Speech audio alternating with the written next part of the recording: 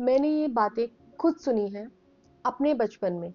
And जब मैं एक मदर बनी, देन आई रियलाइज कि ये मेरे बच्चे को कैसे हर्ट करती हैं। एंड तब actually I was able to relate कि मुझे बचपन में क्यों बुरा लगता था। तो अगर आप भी एक केयरिंग पेरेंट हैं तो शायद आपने भी ये बातें कभी ना कभी, हो सकता है, बच्चे को बोली हो या सुनी तो डेफिनेटली होंगी, without any bad intention. But आज की वीडियो में हम किसी को ब्लेम नहीं करने वाले हैं। मैं सिर्फ एक सेल्फ रिफ्लेक्शन शेयर करना चाहती हूँ as a mother, without judging anyone. Hi everyone, welcome to our channel. This is me Shaily. And इस चैनल पे मैं शेयर करती हूँ अबाउट आवर पेरेंटिंग जर्नी, हमारे स्ट्रगल्स हमारे बेटे दर्श के साथ। एंड अगर आपको भी रिलेटेबल लगते हैं तो please do consider subscribing our channel. तो फटाफट हम वीडियो स्टार्ट करते हैं। हम सभी अपने बच्चों को बहुत ज़्यादा प्यार करते हैं डेफिनेटली, बट कभी कभी एक मोमेंट में कुछ ऐसे वर्ड्स हम कैजुअली बोल देते हैं जो हमें तो बहुत नॉर्मल लगते हैं, बट बच्चों के दिमाग में उनका काफ़ी गहरा असर रह जाता है। जिसमें कि हमारा फर्स्ट और बहुत कॉमन फ्रेज है, बस इतनी सी बात पे रो रहे हो आप, या ये तो बहुत छोटी सी बात है, why are you crying. And usually ये लाइन हम तब बोलते हैं जब हम बहुत ज़्यादा थके हुए होते हैं या हमें लगता है कि ये तो कोई प्रॉब्लम ही नहीं है, बहुत छोटी सी बात है। बट क्या बच्चों के लिए भी वो छोटी सी बात है? नहीं। उस केस में बच्चे के दिमाग को ये सिग्नल मिलता है कि जो मैं इस टाइम पे फील कर रहा हूँ वो मम्मा डैडी के लिए इम्पोर्टेंट नहीं है। क्योंकि बच्चों का ब्रेन अडल्ट जैसे डेवलप नहीं हुआ होता है, उनके लिए वो छोटी सी बात भी बहुत ओवरवेलमिंग हो सकती है। तो आप इस केस में क्या कह सकते हैं? यू कैन से कि आई अंडरस्टैंड, मुझे समझ में आ रहा है कि आपको बुरा लग रहा है, चलो मिलके समझते हैं कि क्या प्रॉब्लम है। And that makes kid feel safe. Next phrase जब हम किसी और के सामने बच्चों को बोलते हैं, आपको शर्म नहीं आ रही है ऐसे करते हुए, ऐसा बोलते हुए? एंड अगर ये चीजें पब्लिक प्लेस पे, रिलेटिव्स के सामने, स्कूल फंक्शन में, गेस्ट के सामने निकलती हैं, तो बच्चों के ऊपर उसका जो इफेक्ट होता है वो सिर्फ उस मोमेंट के लिए नहीं होता है। बच्चे को शेम करना उसकी पर्सनल आइडेंटिटी पे एक अटैक होता है। बच्चा अपनी प्रॉब्लम को सॉल्व करना नहीं सीखता है, वो उनको छुपाना स्टार्ट कर देता है। And slowly slowly over time बच्चे को low confidence, fear of making mistakes, people pleasing behaviour, ये सब बच्चे के अंदर डेवलप होते हैं। तो इसकी जगह पे आप क्या बोल सकते हैं कि अभी हम लोग किसी के साथ बैठे हैं तो हम इस बारे में बाद में बात करते हैं, will talk about it later. Next phrase, देखो वो कितना अच्छा है, उसके कितने अच्छे मार्क्स आते हैं, वो इस काम को कितने अच्छे से करता है। तो कंपैरिजन जो है वो इंडियन पेरेंटिंग का तो बहुत ही कॉमन पार्ट है।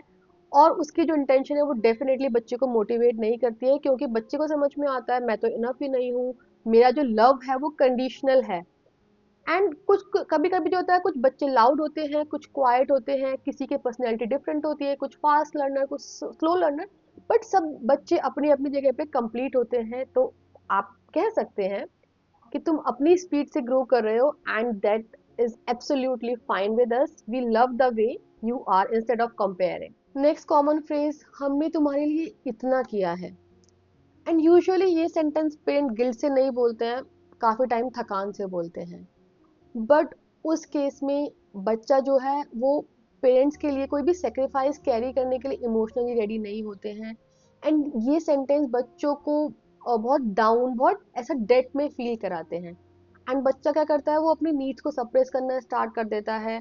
उसके लिए जो बाउंड्रीज बनाना होता है बहुत डिफिकल्ट हो जाता है। तो उस केस में यू कैन से I am very tired right now, मैं थोड़ी देर में आपसे बात करती हूँ, या मम्मा को थोड़ा सा ब्रेक चाहिए। You can say whatever you are feeling quite honestly.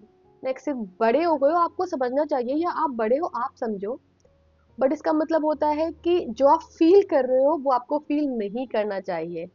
And emotion जो है वो एज से नहीं, रेगुलेशन से बच्चों को सिखानी पड़ती है। तो इट्स वेरी इंपॉर्टेंट कि बच्चे जब समझते हैं, जब बच्चों को हम समझाते हैं, ना कि हम उनको सिर्फ बोल के कि तुम बड़े हो तुमको समझना चाहिए। आप उस केस में कह सकते हैं कि आई कैन सी कि यू आर कंफ्यूज, चलो एक बार बैठ के बात करते हैं, क्या प्रॉब्लम है, हम उसको मिलके सॉर्ट आउट करेंगे। पेरेंटिंग डेफिनेटली परफेक्ट होने का काम नहीं है। पेरेंटिंग रिपेयर का काम है, हमें बच्चों को रोज चीजें सिखानी पड़ती हैं।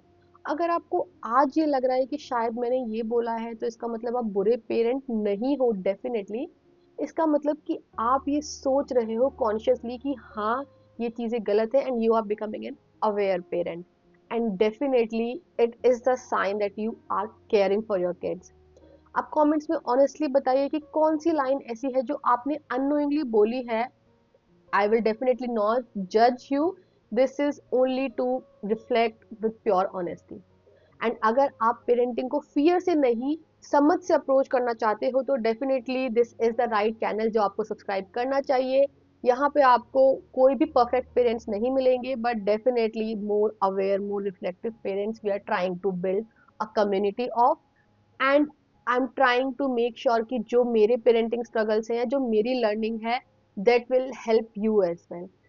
तो अगर आपको ये वीडियो अच्छा लगा, रिलेटेबल लगा, तो इसको लाइक ज़रूर कीजिए एंड शेयर कीजिए ऐसे सारे पेरेंट्स के साथ जिनके लिए हेल्पफुल हो सकता है.